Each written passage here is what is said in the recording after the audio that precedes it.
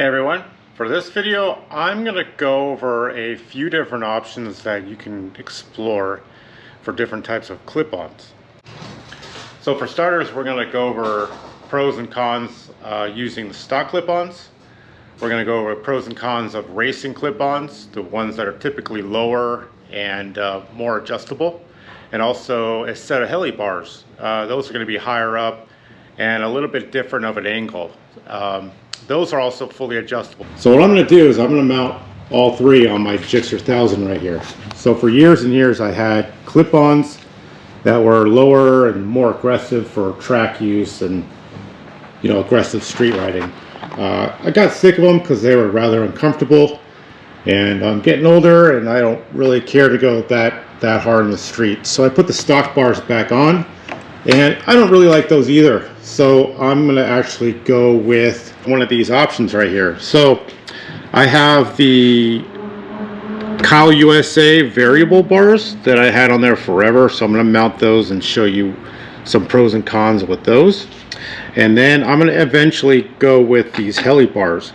And these are, as you can see, they're going to have a bit of a rise there. And I believe they're at a 0-degree angle. So most aftermarket clip-ons are going to be at a down swoop angle. You can see that one, I believe, is around a 7-degree angle. For starters, I got the stock clip-ons on my Gixxer 1000 right here. And you can see they actually got a pin that mounts in the upper triple clamp to locate the clip-ons. So there's no adjustability. I can't move these forward or backwards. I can't move it up or down. There's no adjustability. Overall, stock clip-ons aren't bad. It is actually, you know, sport bike or ergonomics. So they're typically going to be more forward than, you know, a sport touring bike or a standard, if you will. So what I'm going to do is I'm going to pull this bar end off actually, and I'm going to measure from the tip of this bar down to my lift. And that way I'm going to show you a measurement of how high the stock bars are, and then we're going to compare that to the clip-ons, the racing style clip-ons, and then also the heli bars, which are considered a bar riser. So we'll do that next. So I'm going to measure the bottom of the stock clip-on bar to my lift. We're going to compare that with clip-ons and the riser bars. So this one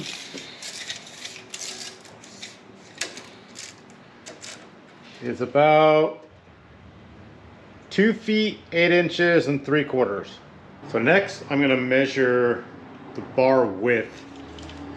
And just so you know, I'm measuring all these measurements without the bar ends on. So I'm going to go from roughly center to center, and we're at 24 3/4 of an inch. So pros on these stock bars, right off the bat, they don't cost anything. You just keep the stock bars.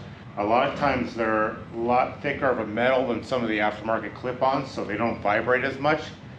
And stock bar ends fit perfectly. Everything fits. Everything is the way it's supposed to be, and there's no customization needed to make them work. So that would be some pros for that. Cons, they're non-adjustable.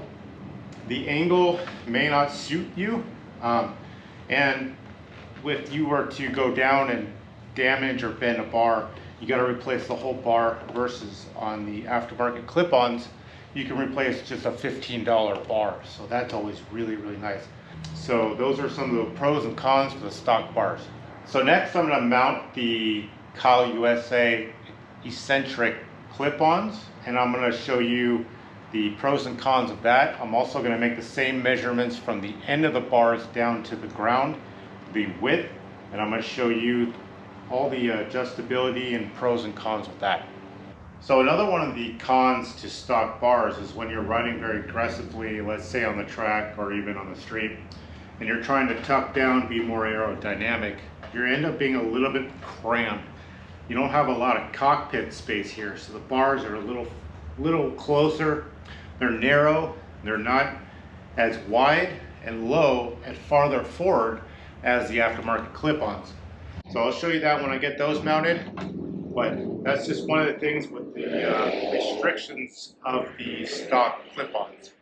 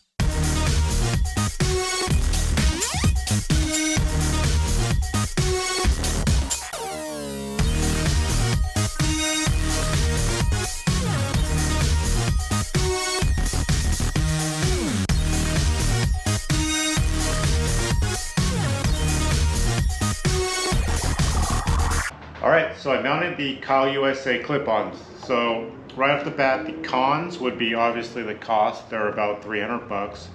You gotta mount them, and usually when you have aftermarket clip-ons like Vortex or Woodcraft or anything like that, they need to be basically fabricated on. So these two control units right here have a locating pin that you need to drill a hole into the bars to locate them and to lock them into position. The clutch perch and the brake master cylinder, those clamp on, so those are usually okay. Other cons would be because they are lower and they're not mounted in the stock position, a lot of the times they will hit fairings and other parts of the bike that the stock bars are designed not to hit. So they are more for racing, but they can be used on the street. You just got to make sure you locate them and adjust them so that they don't hit everything. So pros would be lower. You're more aerodynamic. When you're fully tucked down, you have a lot more cockpit room. The bars can be lower, more farther forward, and wider. So you got a lot more room to play with. You have better leverage to get the bike steered in the right direction, and they're fully adjustable. So I'm going to go over that next. I'm going to show you with these particular clip-ons. They're called eccentric variable bars. These bars actually can rotate in an eccentric manner so that you can change the angle of which your hands rest on the bars. Alright, so I wanted to show you just how adjustable aftermarket clip-ons are. So these, I can position them as far forward or as far back as I want. I can have them all the way up against the triple clamps, or I could lower them. And the cool thing about these bars, the Kyle USA eccentric variable bars, the reason why I picked them is that I could infinitely adjust them just the way I like it to try to eliminate some numb spots in my hands. And you can see here I'm rotating the bar and it goes in circles, so it changes the angle at which your hand rests on the bars. So that's really cool if you are having some issues with your ergonomics and comfort. You can get a bar like this where you can infinitely adjust it just the way you like it.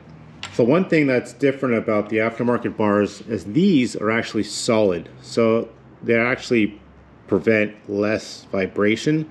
These are hollow. But you got to know that when you're swapping bars, you're going to have a different type of bar end. So keep that in mind. So for this one, I'm going to measure the bar end height, 33.25, and the bar width, 27.5. So since this bar is adjustable, I'm going to measure the range we have here of height at the end of the bar. So on its lowest setting we have 32.75 of an inch to the bottom of the bar, and on the highest setting, see right about there, 33.75 of an inch. So quite a bit difference. So next I'm going to put on these heli bar risers, and as you can see, it's going to be quite a bit different. So you can tell it's a lot more straighter out, higher up, different angle. So I'm going to go ahead and get these mounted up and we'll do some more measurements.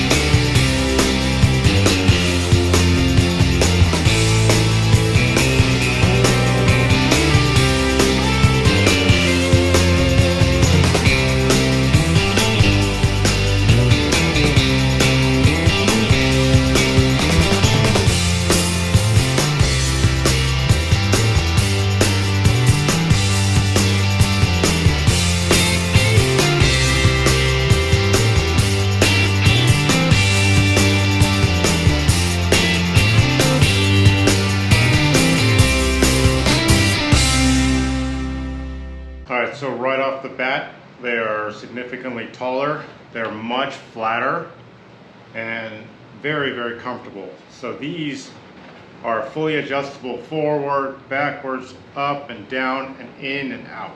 So I'm gonna see where I like them and probably go for a ride and maybe make some adjustments. But man, these feel really, really good. And they feel like I have more leverage on the front end of the bike. Kind of more like a naked bike, like a Ducati Monster. With that more leverage, you can turn the bike with less force, less input. So that's always really nice. Man, they feel good. I can't wait to ride these on the street. So I'm gonna go ahead and button these up and get the holes drilled for these, get them mounted, tightened up, and next step is put the fairings back on. I took the fairings off just so you can kind of see what I'm doing. But the next step would be to put the fairings back on, make sure there's no interference. Cool thing about heli bars is that they are designed to fit pretty close to factory fitting. So there's not supposed to be a whole lot of fabrication. They should bolt up and basically work with the stock fairings and everything. So I think Heli does their homework when they're designing their product. So we'll see. I'm gonna get the fairings on next and then get everything tightened up and go for a road test. So another cool thing about aftermarket clip-ons is the bar itself is separate than the clamp on the forks. That bar is replaceable and it's usually only about 15 bucks. What's really cool about the bars is that they actually make longer ones, so you can attach a brake lever guard or clutch lever guard onto the outside of the bar by moving all the controls in and pulling the bar out. Also, on this bar, I have an area here where I could clamp on probably a phone mount or any other accessories you want. So that's always really nice. You got a lot more options. All right, time to measure the heli bars from my lift to the end of the bar. These are at 34 3/4 of an inch. So time to measure the width on these bars. They're mounted about where they're gonna be. They can go wider but not much more farther in. So the minimum width on these is gonna be 27 1/4 inch. And I believe if you pull these bars all the way out and another 2 inches. So 27 1/4 to 29 1/4. All right, so I'm gonna compare all the measurements from the stock clip-ons to the aftermarket clip-ons to the bar risers. Let's see, stock one was at 32 3/4 of an inch. The clip-ons were about a half an inch lower, 33 1/4 inch. The heli bars were at 34 3/4 of an inch. So those are actually 2 inches higher on the ends of the bars than the stock bars. So that's quite a bit of a difference. Most of that is because of that 0-degree angle, and it just sets those bars out at a flatter angle. Okay, so next I'm gonna go over the overall width of the bars. Stock bars are at 24 3/4 of an inch. The aftermarket clip-ons are 27 1/2 inches wide, and that's about almost 3 inches wider, so that's significant. The bar risers were also at 27 1/4 inch all the way out to 29 1/4 inches, so they can be quite a lot wider, which is really nice if you got broad shoulders, you're a bigger person. It'll fit you ergonomically a lot better. So the nice benefit of wider handlebars is you have more leverage on that front end, so it takes less effort to steer the bike. Overall, clip-ons are a really good option. The fact that you can replace the handlebar itself for such low cost is really good, especially if you're at the racetrack. You definitely want to bring some extra bars with you. The bar risers are really nice because of the added comfort. Turning the sport bike into a little bit more of a sport touring bike is kind of cool. So I'm looking forward to riding around on these bar risers. I've had them stashed away for so long, so I'll probably do another video of how those feel after riding on them for a while. So stay tuned. More videos to come. Thank you all for watching.